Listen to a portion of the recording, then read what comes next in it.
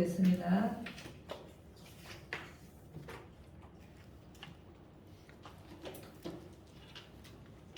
잠언 24장입니다. 네, 이제 얼마 안 남았습니다. 잠언 말씀을 계속 하고 있는데 유절도 기록하고 있으시죠? 그래서 잠언의 어떤 교훈과 또 가르침과 또 세상을 살아가면서 또 하나님 앞에 가르침을 30장, 31장까지 하는 동안에 우리가 완전히 많이 익혀지기를 원합니다. 아멘. 24장 우리 읽겠는데 먼저 1절부터 22절까지 우리 한 절씩 같이 교독하겠습니다. 24장 1절로 22절까지 한 절씩 교독하겠습니다. 너는 악인의 형통함을 부러워하지 말라. 그와 함께 있으려고 하지도 말지어다. 그들의 마음은 강포를 품고 그들의 입술은 죄악을 말하느니라. 집은 지혜로 말미암아 건축되고 명철로 말미암아 견고하게 되며 또 방주는 지식으로 말미암아 각종 귀하고 아름다운 무배로 채우게 되느니라. 지혜 있는 자는 강하고 지식 있는 자는 힘을 더하나니 너는 전략으로 싸우라. 승리는 지략이 많음에 있느니라. 지혜는 너무 높아서 미련한 자가 미치지 못할 것이므로 그는 성문에서 입을 열지 못하느니라. 악행한 일을 회하는 자를 일컬어 사악한 자라 하느니라. 미련한 자의 생각은 죄요 거만한 자는 사람에게 미움을 받느니라. 내가 만약 한나날에 낙담하면 내 힘이 미약함을 보이느니라. 너는 사망으로 끌려가는 자를 건져주며 살육을 당하게 된 자를 구원하지 아니하려고 하지 말라. 내가 말하기를 나는 그것을 알지 못하였노라 할지라도 마음을 적을 줄 아시는 이가 어찌 통찰하지 못하시겠으며 내 영혼을 지키시는 이가 어찌 알지 못하시겠느냐. 그가 각 사람의 행위대로 보응하시리라. 내 아들아 꿀을 먹으라 이것이 좋으니라. 송이 꿀을 먹으라 이것이 내 입에 다니라. 이것으로 얻으면 정령이 장래가 있겠고 내 소망이 끊어지지 아니하리라. 악한 자여 의인의 집을 엿보지 말며 그가 쉬는 처소를 헐지 말지니라. 대저의는 일곱 번 넘어질지라도 다시 일어나려니와 악인은 재앙으로 말미암아 늘어지느니라. 내 원수가 넘어질 때에 즐거워하지 말며 그가 엎드러질 때에 마음에 기뻐하지 말라. 여호와께서 이것을 보시고 기뻐하지 아니하사 그의 증거를 그에게서 옮기실까 두려우니라. 너는 행악자들로 말미암아 분을 품지 말며 악인의 형통함을 부러워하지 말라. 대저 행악하는 자는 장래가 없겠고 악인의 눈물은 꺼지리라. 내 아들아 여호와와 왕을 경외하고 반역자와 더불어 사귀지 말라. 대저 그들의 재앙을 속히 일하리니 그들의 멸망을 구원함을 누가 알까. 아멘. 네, 우선 우리 22절까지 읽었습니다. 우리 같이 또 인사하시겠습니다. 네, 축복합니다. 인사하겠습니다. 오시고 축복합니다. 함께 기도합시다. 함께 기도합시다. 함께 기도합시다. 네, 기도하고 있지만 또 함께 우리 위해서 또 같이 서로 위해서 기도해 주시기를 바랍니다. 잠언 우리가 계속 하고 있는데 잠언은 그 말씀 그대로 문자 그대로 우리에게 주시는 교훈도 있습니다. 그런데 또 한 가지 의미가 있죠. 이것은 왜 이렇게 말씀하시는가? 그런 의미가 또 들어있고 또 해석이 있습니다. 그리고 하나님께서 나에게는 어떤 말씀을 주시는가? 그리고 우리 안에 성령이 계십니다. 아멘. 네, 또 성령이 이곳에 또 함께 계십니다. 오늘 말씀 가운데 또 역사하십니다. 말씀을 들을 때, 말씀을 설교를 할 때 성령이 같이 역사하신다고 했어요. 그렇게 우리 안에 있는 성령과 하나님께서 이 시간 함께하는 그것을 같이 우리가 정말 하나가 될 때 나에게 주시는 말씀을 들을 수 있는 거예요. 나에게 주시는. 근데 한 가지가 어긋나요. 성령이 내 안에 계시는데 이 말씀을 들으려고 하지 않고 마음으로 들으려지 않고 하나님을 인정하지 않고 딴 생각만 하고 있으면 하나님 말씀이 나에게 들려오지 않는 거예요. 나에게 주는 말씀을 듣지 못하는 거예요. 나에게 주는 말씀. 그래서 우리는 성령의 감동이다라는 거예요. 성령의 감동. 다음 주일에 성령에 대해서 한번 우리가 더 할 건데 성령의 감동을 잘 받는 사람이 있습니다. 어떤 분은 나한테는 성령의 감동이 없는 것 같아요. 나한테는 말씀을 안 하시지. 하나님 음성을 잘 못 듣는 것 같은데 이런 분들도 있습니다. 때로는 가끔 듣는 분도 있습니다. 언뜻 막 기도할 때도 우리가 하나님 말씀이나 그런 또 감동을 주실 때도 있지만 또 다른 일을 할 때도 하나님 이렇게 하시는구나. 하나님이 이렇게 하라고 하시는구나. 앞으로 이렇게 되겠구나. 이런 걸 주실 때가 또 많이 있어요. 그것은 어떤 사람은 잘 받고 어떤 사람은 왜 못 받느냐. 물론 하나님은 말씀을 통해서 우리에게 주시죠. 또 기도를 통해서 주시죠. 우리가 마음을 열어놓고 있을 때 하나님을 사랑하고 순종하는 마음이 있을 때 주시죠. 근데 그런 마음이 우리가 만약 세상 생각으로 어떤 걱정, 근심과 그런 많은 것들 채워져 있다면 내 생각으로 우리가 자꾸 들어올 뿐이고 하나님이 많이 주셔도 우리가 받지를 못하는 거예요. 그래서 우리는 그것을 하나님 가까이 가려고 말씀을 읽고 기도하고 또 하나님께 집중한다. 안테나라고 해서 안테나, 그죠? 와이파이가 있는 곳에 가야 이게 되잖아요. 아무리 좋은 핸드폰을 가져도 안 되는 곳에 가면 안 되는 거야, 그죠? 근데 되는 데에 가면 당연히 그 전파를 영향을 받는 거예요. 우리가 마음을 열어놓고 있고 하나님을 평소에도 하나님을 사랑하고 하나님 나 이거 어떻게 하실까? 하나님 이것을 기뻐하실까? 하나님 이렇게 하면 날 혼내계시구나. 날 책망하시겠구나. 이것이 나의 책망이구나. 내가 이렇게 했더니 하나님 이런 말. 이렇게 늘 그런 마음 있는 사람들에게는 정말 하루에도 몇 차례씩 자주 하나님이 하시는 일을 눈으로 볼 수가 있어요. 느낄 수가 있습니다. 우리 모두 하나님께 가까이 가는 저와 여러분이 되기를 축복합니다. 네. 오늘도 하나님 말씀 우리에게 마음을 열려 있고 또 하나님을 사랑하는 마음 있는 분들에게 오늘 말씀을 주십니다. 네. 이 오늘의 제목은 제가 이거를 썼지만 7번 넘어져도 다시 일어나는 사람이 있다. 그런데 그렇지 않는 사람도 있다고 하는 것이죠. 제목은 그렇지만 인생이 결코 의지하지 말아야 할 것이 있다는 거예요. 우리가 인생을 살아가는 동안 우리가 의지해야 할 것이 있고 의지하지 말아야 할 것이 있다. 그것이 무엇이냐?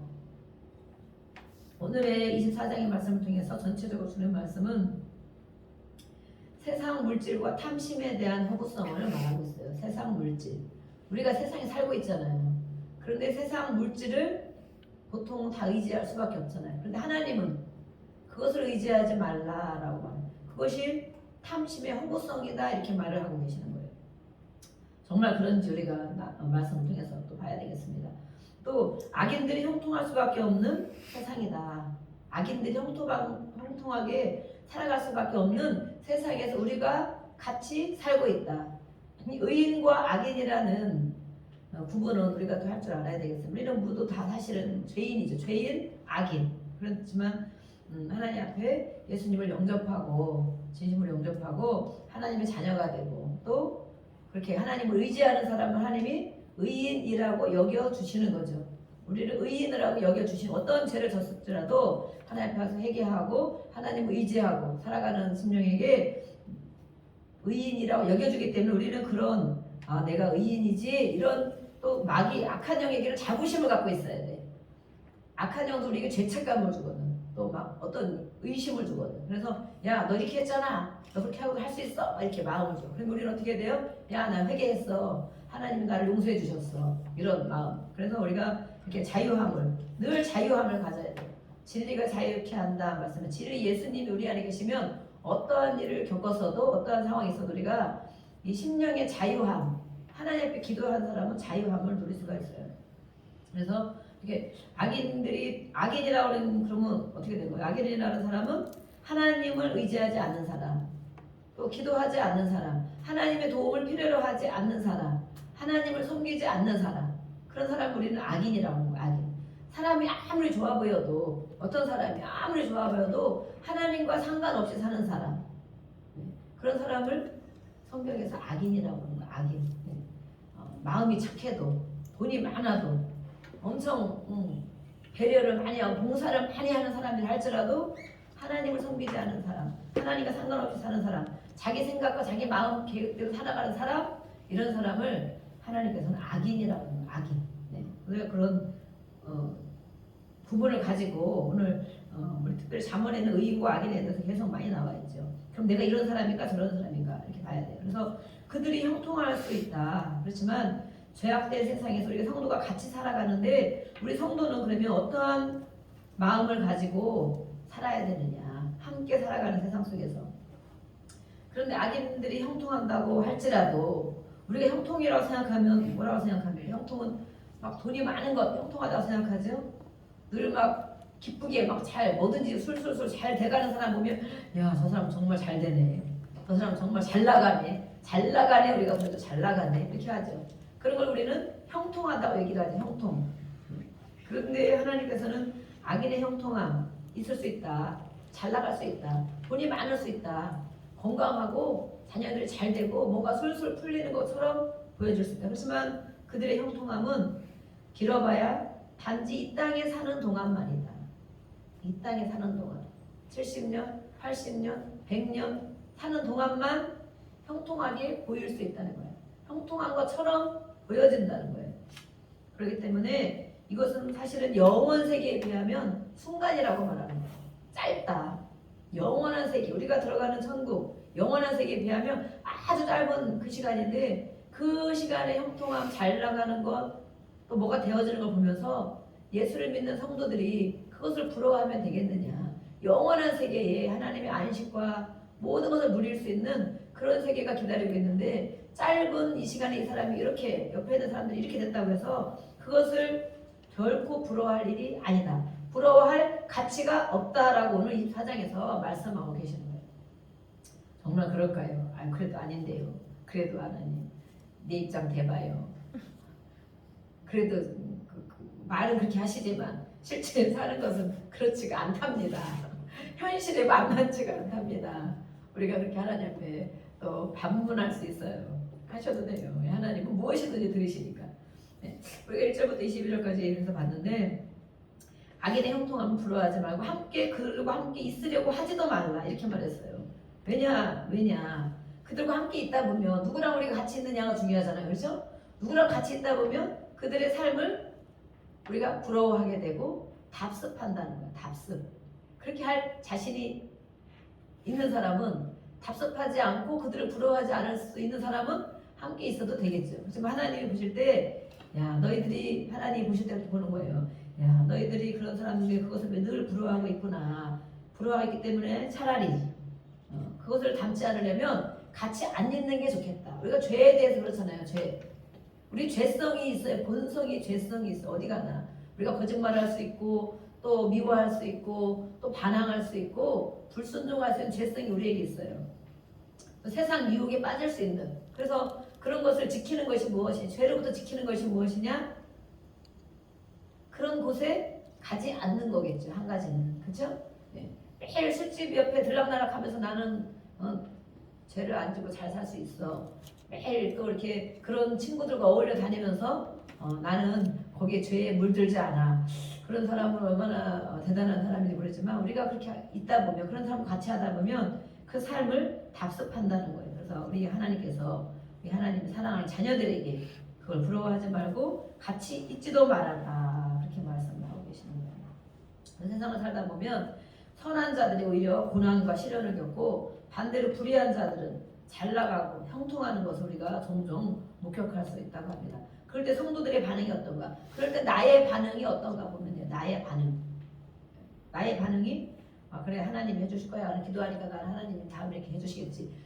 오늘 말씀 것처럼 그렇게 구분할 수 있고 분별할 수 있고 하나님을 찾을 수 있는 그런 마음이 되겠나? 아니면 정말 그것에 유혹을 받기도 하고 때로는 하나님을 원망하기도 하고 불평하기도 하는가? 나는 뭐야 이거 매일 기도하는데 나는 뭐야 하나님 이렇게 살려고 애쓰는데도 아직도 깜깜하네. 언제 해주실 거야? 이렇게 우리가 그런 마음이 있는가? 예. 왜 악인과 하나님은 그들을 부러워하지 말고 같이 있지도 말라 이렇게 말씀을 하시는가? 우리 1절에 모든 것은 사실 1절과 마지막 절에 거의 해답이 들어있죠. 예. 왜 그렇게 말씀하고 있는가 봤더니 왜냐하면 그들은 악인들, 하나님이 없이 사는 사람들, 하나님과 상관없이 사는 사람들, 그런 사람들은 하나님을 의지하지 않고 사는 사람들은 그들의 무엇을 연구하며 살아가느냐? 멸망으로 갈 길을 연구하기 때문이다 라고 말하고 있어요. 멸망으로 가는 길, 이렇게 열심히 사는 거 살고 잘 먹고 잘 살고 건강하고 성공하는 것 같지만 결국 그들이 사는 삶을 연구하는 것은 무엇을 연구하는 것이냐? 멸망으로 가는 길을 연구한다는 거예요. 멸망이 무엇이에요? 멸망. 지옥으로 가는 길이죠. 내 인생이 어디로 갈지 모르고 내 인생이 언제 끝나면 어떻게 될 줄 모르기 때문에 그것을 늘 잘 먹고 잘 사는 일, 또 많이 버는 일, 성공하는 일을 해서 열심히 연구하지만 결국에는 멸망으로 가는 길을 연구하는 것이다 라고 말하는 거예요. 그 길이 바로 멸망으로 가는 길을 연구하는 것이다. 그렇기 때문에 하나님을 믿는 자, 하나님의 자녀들, 우리는 멸망으로 가는 사람들이 아니잖아요. 아멘? 네. 여기 멸망으로 가는 거 연구하는 사람이 있습니까? 네, 없으시죠? 그렇기 때문에 우리가 갈 길이 다르다는 거예요. 우리의 삶의 목표가 다르다는 거예요. 가는 방향이 다르다는 거예요. 그들과 다르다는 거예요. 그런데 그들의 삶을 잠깐 이렇게 잘 되는 것 같아도 잠깐 그런 좋은 일들이 많이 있는 것으로 보여준다고 해서 그것을 너희가 부러워하면 되겠느냐. 그들과 함께 있으면 그것을 닮으려고 애쓰면 되겠느냐. 오늘 이렇게 우리에게 하나님께서 말씀하시는 거예요. 그래서 그런 사람들은 자기도 멸망으로 가고 주변 사람들도 같이 멸망으로 끌어가는 사람들이다. 우리 주변에 있는 사람들을 잘 보세요. 어떤 사람이 의인이고 어떤 사람이 악인인가. 우리도 때로는 그럴 때가 있죠. 우리도 악인의 길에 설 때도 있어요. 하나님을 의지하지 않고 내 생각과 내 마음대로 막 나간다면 나도 잠깐 악인의 역할을 하고 있는 거예요. 잠깐. 그런데 이런 삶을 볼 때라도 하나님 해주실 거야. 이거보다 더 중요한 건 이거지. 마음에 하나님 계신 게 더 중요하지. 기도하면 하나님이 해주시지. 하나님이 이걸 통해서 나에게 무엇을 깨닫게 하시려고 하는 거야. 이것이 하나님이 나에게 테스트하는 것인가? 하나님이 나에게 연다는 과정인가? 이걸 겪으면 우리 하나님은 좋으신 분이기 때문에 나에게 이런 걸 준비해두고 계실 거야. 이렇게 믿고 가는 분들이 바로 하나님의 사람들이죠. 그래서 그들과 같이 동료가 되지 말라라고 말해요. 그들과 같이 그런 사람과 같이 되지 말라. 자기도 멸망으로 가고 자기 주변 사람들도 멸망으로 가게 하는 일에 온갖 연구하는 사람들, 멸망으로 가기를 연구하는 사람들이라는 거예요. 네. 우리는 멸망으로 가는 걸 연구하는 사람이 아니고 나 자신도 하나님 앞에 서서 하나님 주신 말씀을 따라가고 하나님 주신 복, 우리가 복 주시옵소서. 복 달라고 그러는 게 정말 너무 귀한 거예요. 복이 무슨 평안의 복을 우리가 받아야겠지요. 아멘. 또 건강의 복도 받아야겠지요. 또 환경이 열리는 복도 받아야 되겠죠. 하나님 오늘 우리 앞에 하나님 앞에 왔사오니 우리에게 그런 복을 주시옵소서. 우리가 복 그러면 돈만 많은 것을 복이라고 보통 생각을 많이 하죠. 그래서 하나님이 뭐 돈만 주시는 분이야? 그래서 기복신앙이다.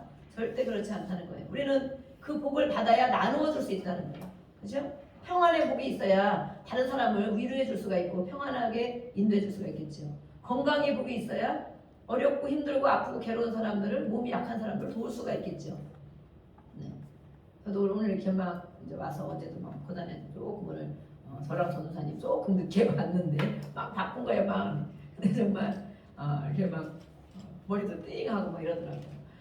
그래서 정말 제가 잠깐 저기 목양실에서 기도하면서 아버지 제가 이렇게 정말 부족합니다. 이 부족하고 여러 가지로 정말 다 부족한데 이렇게 늘 세워주시고 오늘도 말씀을 주셨고 하나님이 함께 하시는 걸 믿습니다.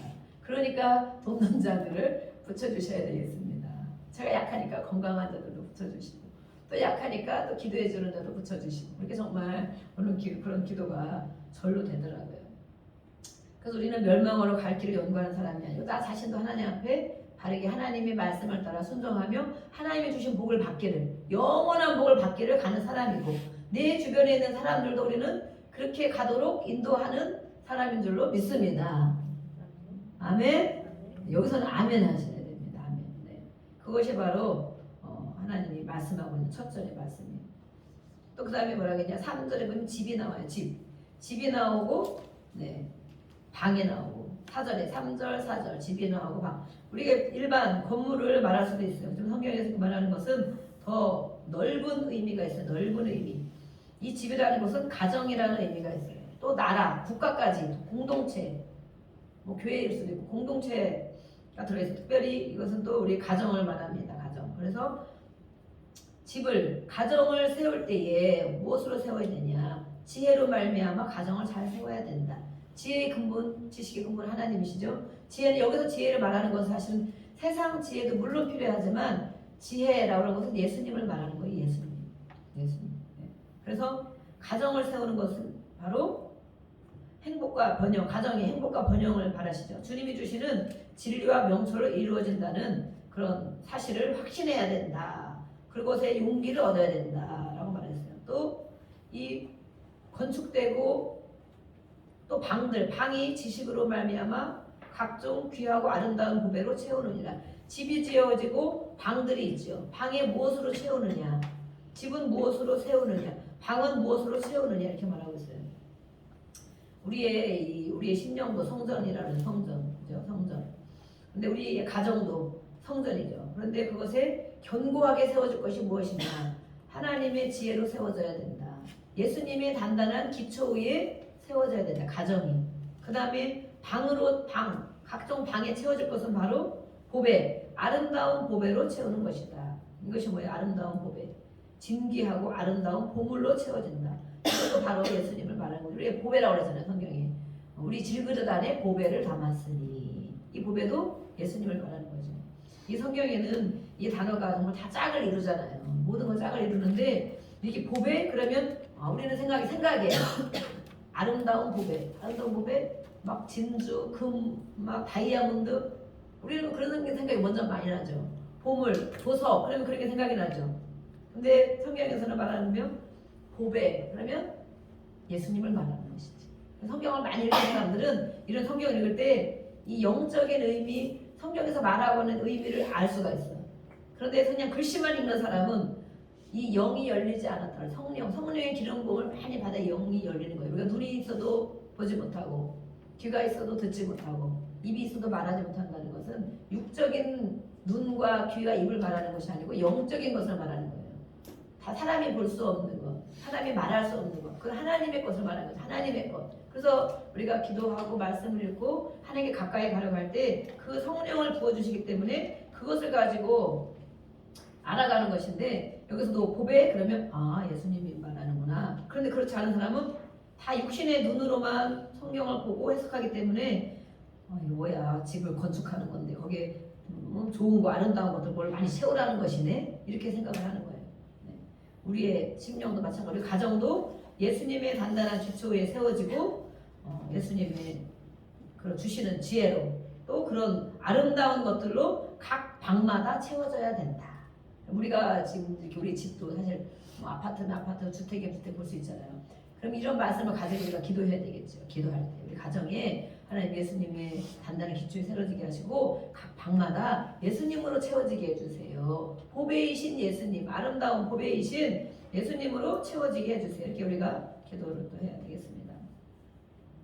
네, 그래서 이것은 겉모습, 건축물 이것을 보려고 하는 것이 아니고 부와 번영 이것을 누리며 살아가는 외적인 모습을 말하는 것이 아니고 사람의 내면 세계를 말하고 있습니다. 내면 세계, 우리의 심령의 세계, 또 가정, 또 나라 이런 것에 무엇으로 채워져야 되느냐, 무엇으로 건축되어야 되느냐 보이는 저런 빌딩 건축물이 아니고 정말 내면에 정말 채워져야 될 부분이 바로 이런 것이다 라고 말하는 거예요. 5절 6절에 보니까 지혜 있는 자는 강하고 지식 있는 자는 힘을 더하느니 너는 전략으로 싸우라. 최후 승리자가 누구냐? 주의 진리로 무장한 자다 라고 말하는 거예요. 그래서 지혜가 있는 자가 힘센 자보다 강하고, 지혜가 뭐예요? 예수님이죠. 예수님을 믿는 자가 세상에 힘센 자들, 권력 있는 자들, 돈이 많은 자들, 진짜 물리적인 힘이 센 자들보다 예수 믿는 자가 더 강한 자다 이렇게 말합니다. 예수님을 의지하는 자가 더 강한 자다 그런 줄로 믿습니다.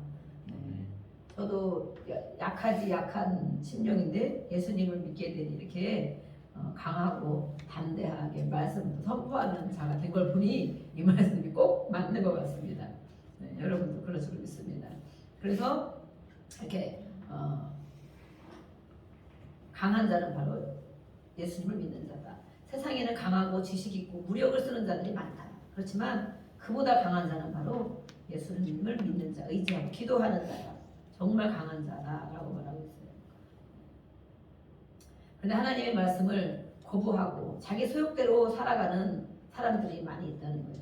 하나님의 은혜를 입은 하나님의 백성들이 우리가 그곳에서 같이 살아갈 때에 최후 승리자가 누구냐 말하는 거예요. 최후 승리자, 힘센 자들, 권력이 있는 자들, 돈이 많은 자들, 지위가 높은 자들, 그들이 정말 승리한 것이냐?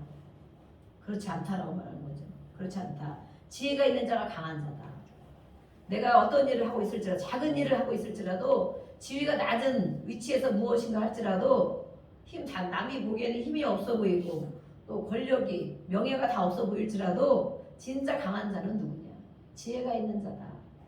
우리가 지금 하나님 말씀을 읽으면 세상에 우리가 살고 있는 걸 지금 전제로 하고 계시죠? 1절에도 세상에 그런 자들과 하나님의 자녀들이 같이 어울려 살고 있다는 거예요. 어울려서 살고 있는데 우리 하나님의 자녀들, 하나님을 의지하는 자들은 어떻게 살아야 될 것인가를 계속해서 이렇게 말씀해주고 있는 거예요. 그래서 그들의 생각과 행위에 동조하면 안 된다. 그들의 악행을 답습하면 안 된다. 그래서 우리가 그들에게는 그럼 어떻게 해야 되느냐? 우리가 예수를 믿지 않는 자들에게는 불신자들이라고 그러죠. 복음에 빚진 자로만 살아야 된다. 오히려 그들에게 우리가 해줄 것이 많다는 거예요. 우리는 그것을 보고 부러워하고 그 권력과 그 힘과 그 명예에 우리는 약한 자가 되는 것 같지만 하나님 거꾸로 말을 하신 거예요. 야, 너가 지혜가 있지? 너가 예수님을 믿는 자지? 그러면 오히려 너가 그들에게 해줘야 할 일이 많아. 무엇을 우리가 해줄 수 있을까요? 7절에 지혜는 높아서 미련한 자가 미치지 못할 것이며 그는 성문에서 입을 열지 못하느니라. 어떠한 사회적으로 우리가 어떤 말을 할지라도 받아들여지지 않는 것들을 말하고 있어요. 지혜는 어리석은 자가 없기에는 너무나 고귀하고 값진 것이다. 지혜는 예수님을 믿는다는 것은 어리석은 자는 알 수 없는 일이라. 어리석은 자는 하나님이 없는 자가 어리석은 자죠. 거만한 자, 9절에도 거만한 자가 나옵니다. 거만한 자는 그들의 생각이 죄된 생각을 하고 있다. 또 사람에게 그들은 미움을 받는다. 이것은 우리가 하나님의 자녀이면서도 하나님을 경외하지 않고 하나님의 말씀을 겸손히 받지 않는 자들을 말하고 있습니다. 그런 자들이 정말 미련한 자들이고 죄인들이다라고 말하고 있습니다. 10절을 한번 읽어보겠습니다. 10절 시작. 내가 만일 환난 날에 낙담하면 내 힘이 미약함을 보이리라. 우리가 이 땅에 이런 사람들과 같이 살아가는데 환난을 겪겠죠. 그렇죠? 어려움을 많이 겪겠죠. 그럴 때에 환난을 당하는데 우리는 낙심할 수 있다. 낙심. 하나님이 이렇게 할 수 있기 때문에 여기다 기록을 해놓으신 거예요. 어려운 일을 당하면 낙심할 수 있는데 그것은 바로 왜 내가 낙심하느냐. 정말 내가 힘이 없어졌구나. 힘. 우리의 힘은 어디로부터 옵니까? 우리의 힘. 육신의 힘을 말하는 것입니까? 육신의 건강을 말하는 것입니까? 이것은 내가 이 땅에 이런 사람들과 같이 악인들과 또 이렇게 세상 잘 나가는 것처럼 보이는 사람들과 또 강한 자 같은 사람들과 같이 살아갈 때에 환난을 겪게 된다. 이 땅 사는 자체가 우리는 환난이죠. 환난이고 유혹이고 시험이고 이 땅에 사는 동안, 그렇죠? 천국에 가기 전까지 우리는 이런 걸 많이 겪게 돼요. 그럴 때 우리는 낙심하는데 낙심할 때 보면 그것이 바로 너가 정말 힘이 없다는 것을 깨달아야 돼요. 그 힘이, 그럼 힘이 어디서 오느냐? 너의 힘이 약화되는 것을 나타내는 것이다. 내가 낙심하는 것은 역경을 당하는 날 내가 기진맥진하면 내 힘이 적은 것이다. 이것은 무엇을 말하냐면 소심한 것, 비겁한 것 그렇게 말하고 있어요. 소심한 것과 비겁한 이런 것들, 약해진 것들. 네. 그래서 우리의 힘이 아까 우리 찬양했죠? 나의 힘이 되신 여호와여. 저도 그 말씀을 너무 좋아하고 찬양을 정말 힘이 없을 때 그 찬양을 한번 불러보세요. 이거는 성경 말씀 시편 18편 1절 말씀이죠. 나의 힘이 되신 여호와여 내가 주를 사랑하나요. 무엇으로 우리의 힘을 삼겠느냐 그거예요. 나의 힘을 삼 것이 무엇이냐. 물론 세상 주변에 있는 것이 조금 도움이 될 수 있어요. 조금도. 그렇지만 진짜 내가 내면의 힘이 되는 것은 무엇이냐. 내가 하나님의 자녀라면 하나님을 의지하고 사는 자라면 나의 힘이 되시는 분은 바로 하나님이라고 우리가 말할 수 있어야 됩니다. 아멘. 네. 그래서 내가 이런 세상에 살면서 낙심하고 어려워서 이런 정말 근심하고 염려할 때는 내가 하나님을 의지하지 않고 있구나. 나의 힘이 되시는 하나님을 하나님 앞에 나가지 않고 있구나. 이것을 깨달으라는 거예요. 깨달으라는 거예요. 그렇다 이거 가르쳐주는 것이 아니라 그렇게 할 때 그럼 내가 어떻게 해야 되느냐? 힘이 어디로부터 오느냐? 정말 너를 도울 수 있는 분은 누구냐? 이렇게 말하는 거예요. 그 그 힘을 주시는 분 앞에 나가야 된다. 그분을 찾아야 된다라고 말합니다. 11절에 12절에는 또 어떤 사람들을 말하고 있어요. 어떤 사람을 말하고 있느냐? 죽음으로 가는 사람들을 말하고 있어요. 죽음으로 가는 사람들을 건져주어야 된다. 우리는 그것 때문에 세상에 살면서 그런 것을 바라보고 낙심하고 근심하고 꽃밭들이고 누워있을 것이 아니다. 11절부터 너는 그들을 살려줘야 될 사람들이다. 오히려 돈이 많은 것 같은데, 건강한 것 같은데, 다 잘 나가는 것 같은데, 오히려 그들을 우리가 살려줘야 될 책임이 있다는 거예요. 책임. 아이고 무슨 말씀 그렇게 하십니까? 너무 심하네요. 내가 정말 죽을 지경인데 내가 누구를 살립니까? 그런 마음이 드시죠? 11절 11절에 말씀하고 있어요. 죽음으로 가는 자를 구원하라. 우리가 해야 할 일이 무엇이냐? 의인이라면 하나님을 의지하는 사람이라면 너희가 해야 될 일이 무엇이냐? 죽음으로 가는 자들을 오히려 건져주는 사람이 되어야 한다. 에스겔 소리 한번 찾아보겠습니다. 3장 16절. 정말인가 찾아보겠습니다. 왜 우리가 이 땅에 살아가면서 그들을 부러워하지 않고 우리가 해야 할 일이 무엇인가? 3장 16절을 보겠습니다. 16절부터 18절까지 말씀 보겠습니다. 우리가 이런 말씀 많이 하는데 저도 이 말씀이 여기에 있나 생각했어요. 에스겔서 3장 16절부터 우리 한번 큰 소리로 읽어보겠습니다. 네, 시작. 7일 후에 여호와의 말씀이 내게 임하여 이르시되 인자야 내가 너를 이스라엘 족속의 파수꾼으로 세웠으니 너는 내 입의 말을 듣고 나를 대신하여 그들을 깨우치라. 가령 내가 악인에게 말하기를 너는 꼭 죽으리라 할 때에 내가 깨우치지 아니하거나 말로 악인에게 일러서 그의 악한 길을 떠나 생명을 구원하게 하지 아니하면 그 악인은 그의 죄악 중에서 죽으려니와 내가 그의 핏값을 내 손에서 찾을 것이고 19절 내가 악인을 깨우치되 그가 그의 악한 마음과 악한 행위에서 돌이키지 아니하면 그는 그의 죄악 중에서 죽으려니와 너는 내 생명을 보존하리라. 아멘. 네. 이 말씀이 무슨 말씀이에요? 파수꾼으로 에스겔을 세웠다고 말하죠. 우리는 세상에 파수꾼으로 파송된 것입니다. 아멘. 우리가 많은 이 땅에서 그렇게 많이 살다가 세상을 이기며 견디며 이런 일 하면 살다가 주일날 교회로 와요. 교회로 와서는 우리가 막 무거운 짐을 지고 또 때로는 오죠. 또 때로는 폐잠령에 대해서 오기도 하죠. 그렇지만 그렇게 살 수도 있지만 어떤 사람은 한 주간 내내 세상에서 이렇게 열심히 살고 주님과 함께 싸워 이기고 승리하다가 오늘 하나님 또 뭐라고 말씀하시는가? 더 채워지기 위해서 더 충만하기 위해서 하나님 앞에 오는 거예요. 오늘 아버지께 나에게 뭐라고 말씀하시는가? 그래서 오늘 말씀을 듣고 이제는 다시 또 세상으로 파송을 받는 거예요. 파송. 그래서 우리 어떤 때는 예배 끝날 때 축도송으로 파송의 그런 찬양을 하기도 합니다. 또다시 이것을 가지고 세상에 가서 파송받는 거예요. 가정으로 돌아가고 또 일터로 돌아가고 그죠? 세상으로 돌아가서 오늘 주신 말씀을 가지고 그렇지만 우리는 금방 잊어버리기 때문에 요절도 기록하고 또 매일매일 기도하고 이렇게 하는 것이죠. 우리가 해야 할 일이 바로 사망으로 끌려가는 자를 건져주라고 말하고 있어요. 살육을 당하는 자, 죽음을 당하게 된 자를 구원하지 아니하려고 하지 말라. 이거 엄청 어렵죠. 그들을 구원해야 된다. 그런 말이에요. 그들을 구원해야 된다. 멸망으로 가는 자들, 악한 자들, 악인의 형통 말했잖아요. 하나님이 없으면서 잘 나가는 것 같은 사람들, 결국에 멸망을 연구하는 사람들인데 그와 비롯하여 그 주변에 있는 사람들을 다 그렇게 끌고 가는 사람들인데 그들을 너가 가서 구원해줘야 된다. 그들을 건져줘야 된다. 그런데 그것을 보고 달망하고 그것을 보고 낙심하고 있으면 되겠느냐? 그렇게 힘이 빠져가지고 그것을 부러워하고 하나님이 나를 왜 안 해주냐 원망하고 그렇게 하면 되겠느냐? 오히려 그들에게 가서 생명이 있는 자로 하나님을 의지하는 자로 그들을 건져줘야 되는데 에스겔서에서 말씀하셨잖아요. 우리에게 붙여주는 많은 영혼들 우리 세상에 나가면 안 믿는 사람들이 많이 있죠. 믿어도 약한 사람들이 많이. 그들에게 우리가 해야 될 일을 오늘 말씀하고 있는 거예요. 그들을 건져줘야 된다. 죽음으로 지금 오늘도 하루 달려가고 내일 죽을지 1년 뒤에 죽을지 한 달 뒤에 죽을지 모르는 길을 멸망으로 가는 길을 연구하고 있는 그 사람들에게 너가 가서 사망으로 끌려간다고 그러잖아요. 사망이 지금 잡아당기면서 언제 데려갈지 몰라. 언제 그들을 데려갈지 몰라. 내 주변 친구들을 언제 데려갈지 몰라. 우리 주변의 부모 형제를 언제 데려갈지 몰라. 그렇죠?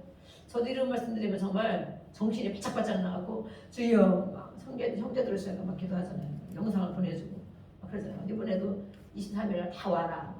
이제 한 사람당 전화를 다 할 거야. 다 와라. 왜 오라는 거 왜냐면 이 더위에 와가지고 고생하라 오라는 게 아니에요. 교회에 와서 하나님 말씀 한 번이라도 듣고 가라. 하나님이 하신 일들을 봐라. 이렇게 약하고 부족하고 누워 지내고 아무것도 할 수 없었던 제가 이렇게 제가 한 게 아니지. 물론 하나님 하신 거지만 하나님이 이렇게 세워서 하나님 말씀을 전하게 하고 영혼을 살리게 하는 일을 이걸 하는 것이 바로 하나님이 한다는 것을 와서 눈으로 보고 가라. 말씀 한 대로도 듣고 가라. 그래서 저는 이제 연락을 다 이렇게 하는 것입니다. 기도하고 있는 것이 기도 한 주, 두 주, 한 달 전부터 우리는 이렇게 기도하고 있습니다. 하나님께서 그렇게 보내주실 걸 또 믿고요. 그래서 그들이 알지 못하고 그러면 전하고 기도하고 이들을 이끌어가는 것을 너가 정말 죽음으로 가는 길이야. 그렇게 가다가 지옥 가는 것이야. 이게 잘 나가는 게 아니다. 멸망으로 가는 이렇게 우리가 전하고 예수님을 믿어야 돼. 예수님이 생명이야. 천국이 있어. 우리가 전하면 예수께서의 말씀한 건 뭐예요? 그 핏값을 찾는다는 거예요. 네 주변에 안 믿는 자들이 많이 있지. 멸망으로 가는 자들이 많이 있지. 그런데도 입을 꼭 다물고 얘기를 안 하고 그걸 부러워해? 그러면 그들의 핏값, 그들이 멸망당해서 갈 때 그 책임을 너에게 묻겠다. 나에게 묻겠다. 그 책임을 나에게 묻겠다. 책임을 나에게 물어서 각 사람의 행위대로 보응하겠다 말하시잖아요. 12절에. 네가 행한 대로 갚아주겠다는. 너가 그런 것을 알고도 전하지 않고 입 꼭 다물고 있는 너에게 그것을 갚아준다. 어떻게 우리는 상으로 갚아주겠습니까? 그것을 우리의 괴로움으로 이 땅에 사는 동안 갚아줄 줄도 모르겠어요. 그래서 우리에게는 이거 하나님의 말씀. 그렇지만 그들에게 꾸준히 전하고 또 기도하고 또 전하고 했는데도 그들이 들으려고 하지 않고 돌이키려고 하지 않으면 누구 책임이다? 그들 책임이다. 그들 책임. 에스겔서 말씀하는 그들 책임이다. 너에게 책임을 묻지 않겠다. 그런데 끊임없이 우리 주변에 있는 사람들 향하여 정말 이번 한 주가 우리가 한번 또 지나보겠습니다. 그들을 향하여 부러워하고 우리가 그것을 보면 낙심하고 하나님을 원망하고 아무 그들의 영혼의 멸망으로 가는 것처럼 보여지지 않고 그들이 잘 나가는 것처럼 보여지고 그들이 마냥 부럽기만 하고 그런다면 그 모든 핏값을 너에게서 찾겠다라고 말하는 거예요. 너 책임이다. 책임을 어떻게 감당할 거냐. 그래서 우리는 이렇게 하나님이 주신 말씀을 듣고 이런 마음이 있는 사람이 바로 하나님의 자녀인 거예요. 성령이 있는 사람들인 거예요. 성령의 인도함을 받는 사람들인 거예요. 세상의 지배를 받지 않고 내 생각과 내 마음으로 가득 차 있는 사람은 절대 이런 마음을 가질 수가 없어요. 그런데 성령의 기름 부음이 있는 사람, 성령이 함께하는 사람은 이런 생각을 하는 거예요. 야, 저 사람 저렇게 두면 안 되는데 저게 잘 나가는 게 아닌데 저렇게 나가다가 정말 큰일 나겠다. 빨리 끄집어내야 되겠다. 어떻게 저 사람에게 저런 말을 할까? 오늘 밥 사주면서 얘기를 할까? 커피 사주면서 얘기를 할까? 아니면 다음에 만나서 뭘 사주면서 얘기를 할까? 이런 마음이 우리에게 있는 게 정상인 거예요. 정상. 뭐 엄청나게 유명한 은사를 많이 받은 전도자만 그런 일을 하는 것이 아니고 모든 사람에게 하나님의 자녀에게는 이런 마음이 있는 게 정상인 거예요. 그래서 14절 우리가 그러죠. 내가 지혜가 내 영혼에 이와 같은 줄을 알라. 그렇게 이것을 얻으면 이 지혜, 이 예수님 이것을 얻으면 내 장래가 열리겠고 소망이 끊어지지 않을 것이다. 우리가 지난번에도 이거 말씀이 있었죠. 같은 말씀이 반복되고 있죠. 16절 그래서 대저 의인이라면 7번 넘어지 7번이라는 숫자는 완전 숫자죠. 완전 숫자. 엄청나게 넘어지고 또 넘어지고 하는 7번 넘어질지라도 매일 넘어질지라도 다시 매일 일어난다. 아멘. 아멘. 매일 넘어질지라도 매일 일어난다. 다시 일어난다. 악인은 재앙으로 말미암아 엎드러지느니라. 그래서 우리 하나님께서 우리에게 세상에 살면서 환난 당하는 것도 알고 넘어지는 것도 알고 낙심하는 것도 알고 계세요. 그렇지만 하나님을 의지하는 자는 다시 또 일어난다. 다시 일어난다. 이렇게 말씀합니다. 우리는 날마다 일어나는 저와 여러분이 되기를 축복합니다. 아멘. 네.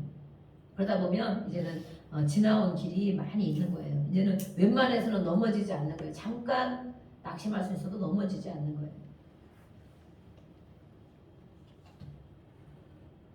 그래서 의인에게는 곤경이 없는 것이 아니지만 무수한 재앙과 환난 가운데서도 반드시 회복될 것을 말씀하고 있습니다. 오늘 성경이 말씀하고 있잖아요. 너가 의인 예수를 믿는 자냐? 반드시 회복된다. 아멘. 반드시 일으켜 주신다. 라고 말씀하고 있습니다. 그래서 성도들은 이 땅에 사는 동안에 사단의 표적이랍니다. 표적. 어떻게 하면 저 사람을 넘어뜨릴까? 어떻게 하면 낙심을 줘서 다시 못 일어나게 할까? 어떻게 하면 감각이 무뎌지게 만들까? 어떻게 하면 정말 하나님 앞에 기도하지 못하게 만들까? 이것이 사단의 표적이에요.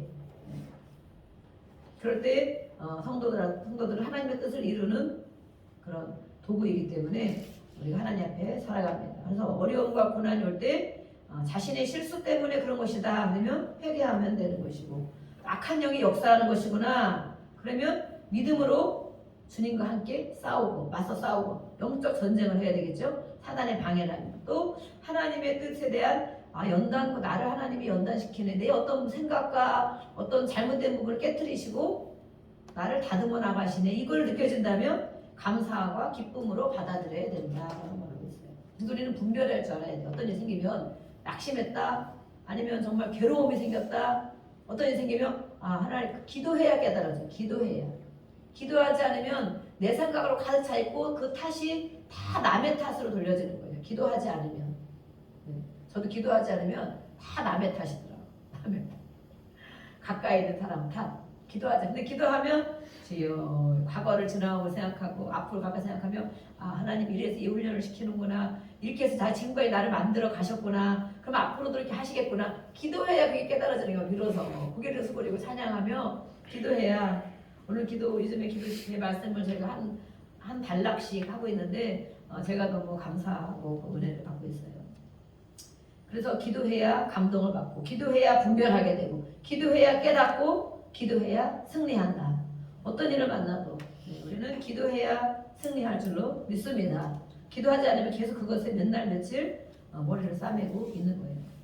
남들이 다 나를 해주지 않아요. 해주지 않는데 내 안에 있는 것, 하나님이 나의 하나님이기 때문에 나의 어떤 부분을 깨트려가고 있는가, 나의 어떤 부분을 세워가시고 있는가, 나의 어떤 부분을 또 더 믿음으로 한 단계 성숙되게 하시는가, 이런 걸 통해서 우리가 알 수가 있습니다. 23절에 34절은 특별한 거는 많이 없어서 그래서 우리가 한번 쭉 읽겠습니다. 24절부터 34절까지 한 절씩 교독하겠습니다. 자, 23절. 이것도 지혜로운 자들의 말씀이라. 재판할 때에 낯을 보아주는 것이 옳지 못하니라. 자기에게 하는 자는 자에게서 내게 저주를 받을 것이요 본인에게 이익을 받으리라. 오직 그를 견책하는 자는 기쁨을 얻을 것이요 또 좋은 복을 받으리라. 적당한 말로 대답함은 진만춤과 같으리라. 내 일을 밖에서 다스리며 너를 위하여 밭에서 준비하고 그 후에 내 집을 세울지니라. 너는 하나님이 내 일을 들춰서 증인이 되지 말며 내 입술로 쓰지 말지니라. 너는 그가 내게 행한 것 같이 나도 그에게 행하여 그가 행한 대로 그 사람에게 갚겠다 말하지 말지니라. 내가 게으른 자의 밭과 지혜 없는 자의 포도원을 지나며 본즉 가시덤불이 그 전부에 퍼졌으며 그 지면이 거친 풀로 덮였고 돌담이 무너져 있기로. 내가 보고 생각이 깊었고 내가 보고 훈계를 받았노라. 내가 좀 더 자자 좀 더 졸자 손을 모으고 좀 더 누워있자 하니 내 빈궁이 강도같이 오며 내 공핍이 군사같이 이르리라. 아멘. 그 재판에 대한 것들을 계속 말하고, 재판은 우리가 판단하는 거죠. 판단하는 거. 또 실제로 이렇게 왕들이 또 제사장들 재판을 했었죠. 그것을 할 때에 어떻게 해야 되는가 말하고 있는데, 세상 가운데서 하나님의 지혜를 드러내는 생활을 해야 된다. 판단하고 정죄하고 뭘 하기보다는 우리가 해야 될 일을 세상을 바라보고 그렇게 할 일이 아니고 내가 세상 가운데 있으면서 하나님의 지혜를 나타내는 그런 삶을 살아야 된다라고 말하고 있습니다. 그래서 재판장에서 공의를 가리키는 지혜자가 되어야 된다. 또 편견을 가지면 안 된다. 범사에는 모든 일에는 때와 순서가 있다. 지금 그런 일이 있다고 해서 다 된 것이 아니라는 거예요. 거짓 증언과 보복을 삼가하라. 위증하지 말라. 정직한 생활을 권면하고 또 게으름에 대한 권면을 말하고 있어요. 27절에 내 일을 밖에서 다스리며 너를 위하여 밭에서 준비하며, 이것은 이제 결혼을 준비하는 이런 일을 말하고 있어요. 그래서 다 준비되면서 내 가정을 세워라. 지금은 정말 그래서 우리가 청년들이 집을 잘 마련 못하고 직장이 없고 이래서 결혼을 못한다 안 한다 이런 사람이 많이 있잖아요. 이때에도 그런 것 같아요. 이때에도. 그래서 어떤 일을 하기 전에 준비하는 자세가 필요하다는 준비. 가정을 세우고 또 어떤 일을 할 때에 결혼 특별히 이런 거 할 때 준비해야 된다. 너가 열심히 일도 하지만 이렇게 집을 세울 준비를 해야 된다. 가정을 꾸려나갈 준비를 해야 된다라고 이건 또 말하고 있고 30절에서 34절까지 말씀에 게으름에 대해서 말하고 있죠. 게으름. 게으른 자의 밭을 보니 가시덤불이 전부 퍼져 있고 그렇죠? 네. 지혜 없는 자의 포도원을 지네. 실제로 이렇게 밭이 보면 이렇게 돼 있죠. 어떤 밭은 잘 가꾼 밭은 막 지금 고구마 막 심고 이렇게 하잖아요. 그러면 어떤 밭은 막 풀이 잘 단정하게 돼 있는 데가 있는가 하면 어떤 밭은 이 풀인지 곡식인지 정말 풀인지 곡식인지 알 수 없는 밭도 저희도 많이 봤어요. 가다 보면 풀이 막 큰지 잡초가 엄청 키가 커서 그 밑에 콩이나 뭐 고구마나 뭐 깨 이런 것이 다 묻혀가지고 정말 저기는 버림받은 밭이를 보면 안에 보면 곡식이 심겨져 있는 밭이 실제로 있어요. 우리가 그런 것을 볼 때 깨달아야 돼요. 깨달아야 돼요. 여기서는 뭐예요? 문자 그대로 우리가 할 수도 있지만 영적인 의미를 품고 있다. 우리의 심령을 말한다. 또 하나님이 나를 자신을 말할 때 너가 게으르면 내 속에 가시덤불 같은 것들이 잔뜩 자라나도 그거를 알지 못한다는 거예요. 가시덤불 같은 거, 내 생각이 복잡한 것들, 내 마음이 답답한 것들, 억울한 것들, 이런 모든 것들 우리 안에 가득 차 있어서 이것이 바로 지혜 없는 자의 밭이다. 마음의 밭을 뭐라고 말하고 있어요? 우리 성경에 또 말하고 있죠. 밭은 무엇을 말하고 있어요? 실제 밭도 말하고 있지만 마음의 밭을 말하고 있죠. 마음의 밭. 네 가지의 마음의 밭 알고 있죠? 마태복음 13장에 마음의 밭을 말하고 있어요. 내 마음의 밭이 어떠냐 오늘 확인해 보라는 거예요. 내 마음. 여러분의 마음이 밭이 어떠냐? 지혜가 없는 자의 밭처럼 가시덤불이 가득 들어있느냐? 돌다 거친 풀로 덮여 있느냐? 그래서 정말 무너지게 생겼느냐? 라고 말하고 있어요. 우리 마음의 밭이 어떠냐? 매일매일 잡초를 뽑아내야 되고 그렇죠?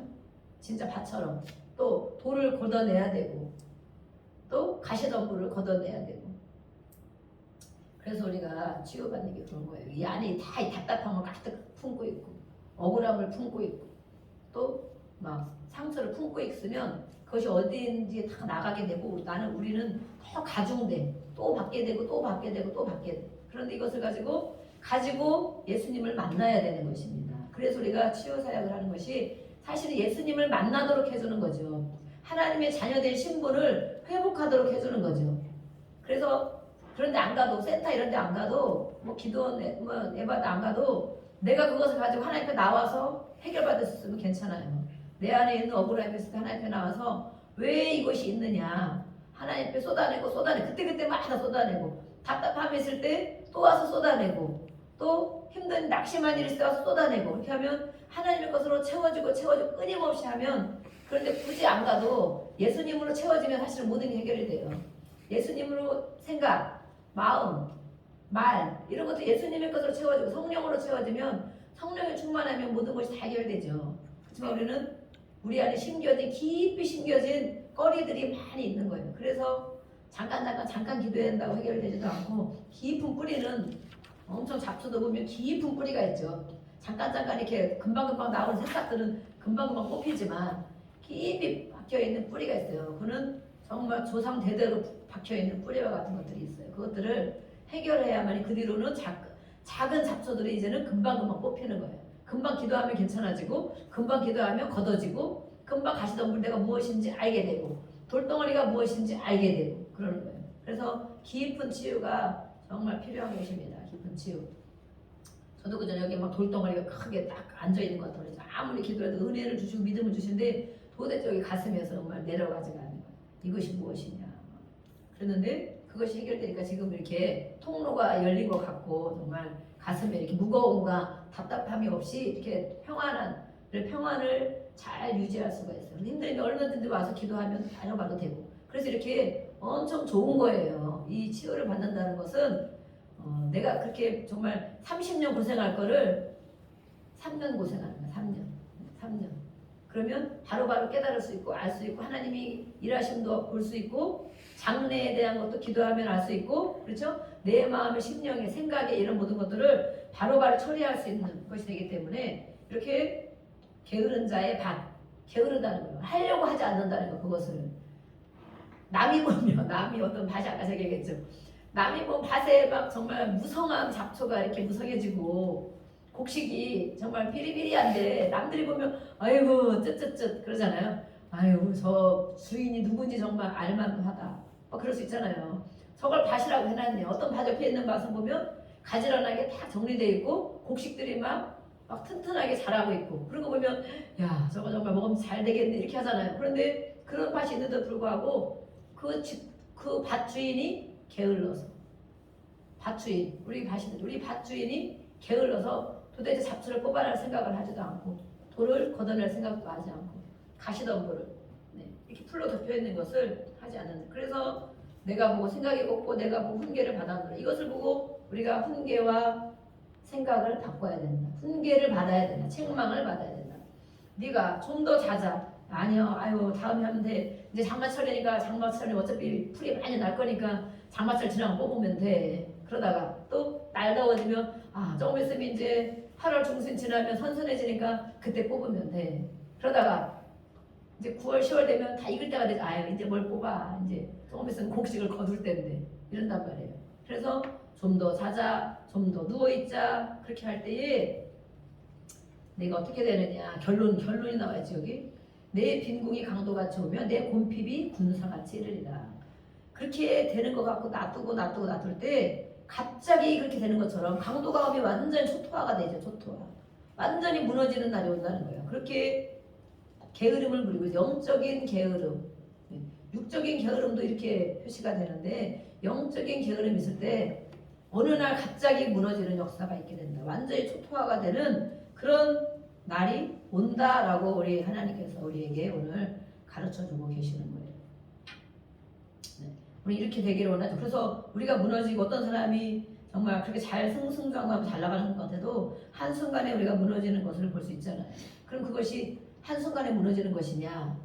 아니라는 거예요. 오늘 말씀한 것처럼 이렇게 이런 일이 있었고 이런 일이 있었고 이런 일이 있었고 멸망으로 달려가고 계속 영적인 게으름을 부리고 그렇게 있을 때 강도가 와서 완전 초토화가 시키는 것처럼 그런 일이 생기는데 그때에 우리가 어떤 사람이 보기에는 저 사람 갑자기 저렇게 됐네. 잘 나갔는데 갑자기 그렇게 돼서 병도 그렇잖아요. 우리가 진단을 받고 이렇게 하잖아요. 그렇지만 내내 그걸 모르고 신호가 와도 모르고 살아갈 때 갑자기 그런 것이 아니고 그 사람이 갑자기가 아니죠. 신호가 늘 있었죠. 근데 무뎌져서 모르고 있는 거죠. 무뎌져서 모르고 그것에 대해서 무방비도 있고 무시하고 있고 미루고 저도 병원 가는 걸 엄청 싫어해서 정말 안 가는 게 제 소원인데 막 미루고 안 가고 많이 그러는데 조금씩 어쨌든 이제 좀 가서 이렇게 치료도 받고 해야 되는데 안 가게 되더라고. 자꾸 가게 되면 종합병원인 것 같아서 제가 못 가고 그러는데 어쨌든 이 기도로도 잘 살아야 되지만 신호가 올 때 우리가 그것을 알아차려야 된다는 거예요. 그러면 이 육신에 대한 것도 그렇지만 영적인 것도 신호가 온다는 거예요. 신호.